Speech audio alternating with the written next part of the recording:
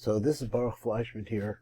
I'm your lift manager of the Tikkun Elevator Kollel, and it's my job to learn this Torah, to make it available to other people that can hear it also. We're in a great age here where all of this material has been printed. We're able to learn it. All kinds of people can learn these things. So I'm very interested in learning the Ari. I've been through the Ari in many different places, but the Ari continues to explain to us the deeper workings of reality. And so that's why we're over here. And so all of these little parts of the Malkut Medavash that are written in Rashi script, and we're going to be looking at two of them today.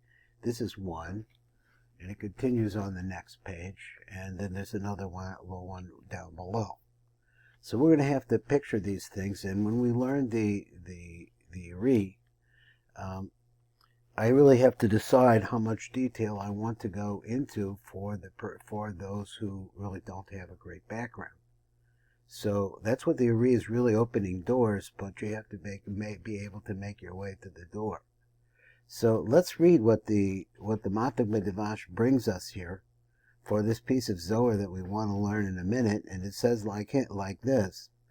Lahavin Maimer Haba, in order to understand this Maimer that's coming up now, not the Mashrikas of a Rizal, let's bring in the Rizal here, and it's in Shar Lamed Beis Perek Tes, in the Eitz Chaim. Should be Yesod Yesh Beis Oros. So this is a halacha that we know. So let's see them. The Yesod, the place of the bris, there are two different skins. By Yedei Hamila, so when you use the mila, now you cut off the foreskin. Korsim ha'arlo shehi or hachitzon, you cut off what is called the arla, which is actually the outside skin. Ba'al yedei zeh marchikim es achizes shlosh klipos hatameos min adam ha'elyon. Now you really have to look at all of these words to see what he's possibly saying. I'll make a translation. I'll look back at the words again. See if I can stay with it. So he said, by cutting off the arla, you are distancing marchikim as achizes shlosh klipos, the hold that the three klipos have on that place. Hatzimeim, which are tame, min adam ha'elyon, from the upper man. He's saying like what? He says there's a connection between your bris, the place of your bris, and the connection that we need to make in Yehudim of Zeranpin. That's what I understand. So then you've taken off that arla. That's the first skin. V'achar kasheporim v'choskim gam or habes. And there's another hide there, another skin.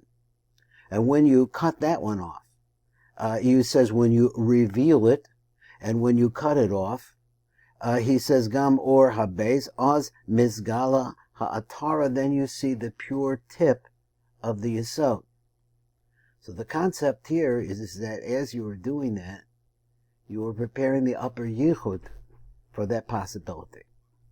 V'al yedei zer, and in this way, marchiki mimenu gam es achizes klipas noga, so you're able to distance from that person the hold of the klipas noga. Now, what is the klipas noga? Klipas noga is a klipa which has a portion of kedusha in it. It's a mixture of kedusha, let's say like kedusha on the top, and on the bottom is tumah. So the question is that it's possible that this Kedusha could introduce you to the Tumah, or maybe the Kedusha could be a great way for the Tumah to extricate some Kedusha out of the Tumah. So that's a possibility. But when you remove, he says, the second skin, then that severs that possibility. So it means, I guess, that the first skin actually makes it possible that you keep the big bad tumah away, and the second one keeps even the klipa noga away. So v'hine b'ataras yesod zer anpin, so that in the very tip of the yesod zer anpin, nintanos ahe gevuros shemitzad ima. So this is where you find the he gevuros that come from the side of ima. And when ima is the side of gevuros originate in ima, It's the concept of birth and the concept of caring and the concept of putting things together in making sure that they're organized. It's in a sweet way, but it's not always. So here we have dinim.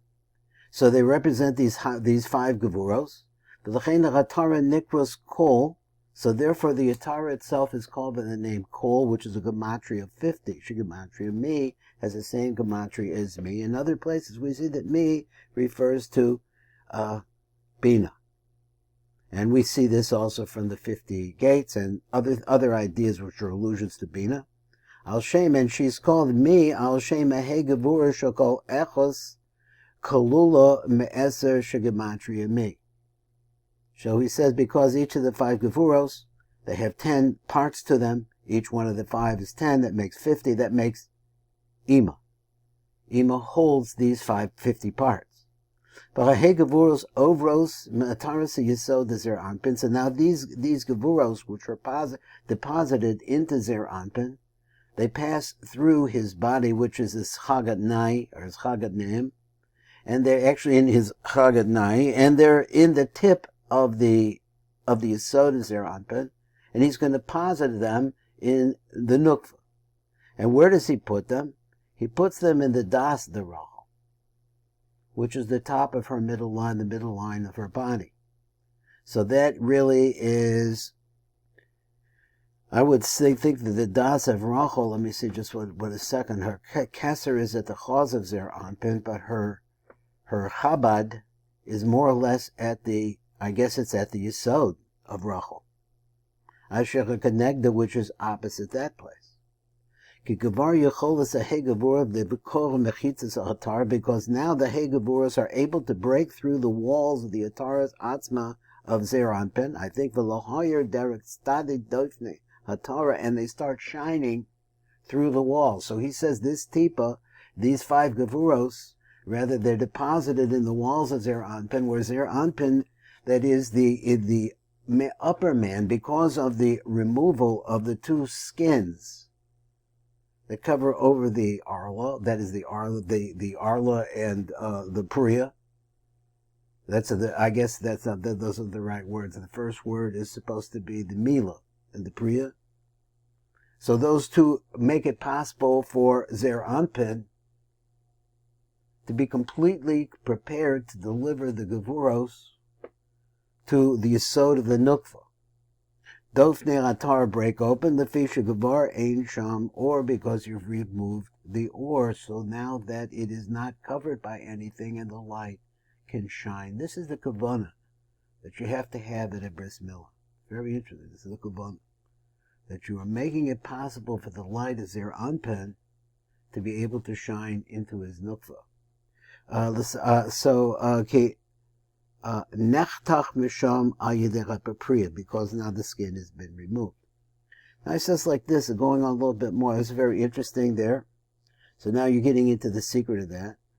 So he said, Oz cause of Harizal. So now the Harizal wrote furthermore like this. And for those of you who listen to the shir in the morning, which is on V'yavor, we're coming back to Leah again. Hashem is trying to weave more and more Leah into the limud, because it seems to be that shir in the morning is drawing a lot of attention. It says, Ki Leah Nikras Midas. Now, Midas is Gematria, 444. So Leah she's called Midas. Why? Because she takes the light, not the Dalet Alofim, but the light of the Dalet Alofim, Shebedalet Shemos Akia, Malayim, which is Aleph Lamed Fei, which is a gematria of 111. So Shebedalet Shemos Akia, Malayim, Shebemochin Dezah, that are in the Mochin of Zer Anpin. Shebegematria Midos, which is 444. So these 4 olives. Now let me read it again. How is it Leah has another name besides Leah? She's called Midas.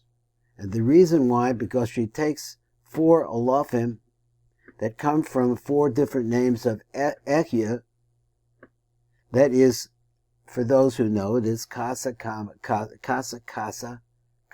Kana. So all of these letters, these different kinds of ekyus, they have an aleph. We take that aleph, which is the beginning. It's the depository of the light, let's say, to begin with. And to make aleph in gematria, in the milui, is aleph lamed fe is 111. 4 times 111 is 444. And that's the reason why Leah is called Midas. So he says, now from these alophim, and the alophim, as we're thinking about, is it represents an aspect of light. Exactly what it is, I don't know yet. I'm trying to find out. Over the course of time, I'm trying to understand the name Aki, which means I will be. This is some kind of tremendous potential to make things happen, to make birth, to breed, or to breathe chesed into the world. So he said, so therefore now there's a radiance that could come for the 4 mochim. Now these simple alafim. Now he says this is the milui of the aleph, the milui of the aleph. So the way that it goes like this is that in Kabbalah you have a pashut. Say like here we have aleph, just the letter aleph, and it's aleph K, yud K. That's Ekya. And just take, we had 4 of those, and so let's just take the alephs themselves. So we can make them into a milui, and the milui represents its radiance. So it radiates into the mochim. But over here, we have just the simple aleph itself of aleph K, yud K. So he says this, so these are his words. Amnam hadalu halafim hapeshutim. So the 4 alafim, the simple ones, me'elu hamalayim nisharim b'zeh, they remain in zer anpin. So he gives to her a ha'ara, which is composed of it's not the aleph itself. So here we're saying like this light, and he's talking about something that's a little bit over my head. I'm really sorry. But he's talking about the light is deposited in these ekyus. And we're talking first about 5 gevuros that are going to be given to her, given to the yesod of. Here we're talking about the yesod of Leah. So the aleph itself stays in Zer Anpin, but the radiance, which is the milui, goes out. V'hashar k'misbar tam. So the rest, if you take the 4 alephs away, multiplying them by 10, I guess. Let me see. V'hashar k'misbar tam comes to the gematria of 440. Will be said for 444. So he says, here's what you do. You take the 444, keep the 4 alephs here, and send 440 to the nukva. Nitnen l'Leah. And that goes to Leah. Now this is all part of the story. All part of the story that also has to do with the yichud between Yaakov and Rachel above the chazer that takes place at midnight. That's all part of the background of where we're learning. So then we'll finish up, and it says like this: Okay, there was no more to it. So now the mimer that we're going to learn is going to be over there, and let's see when I can get over it. I'll see if I can try to learn that. Hold on. Okay, that's it for this year. This is Baruch.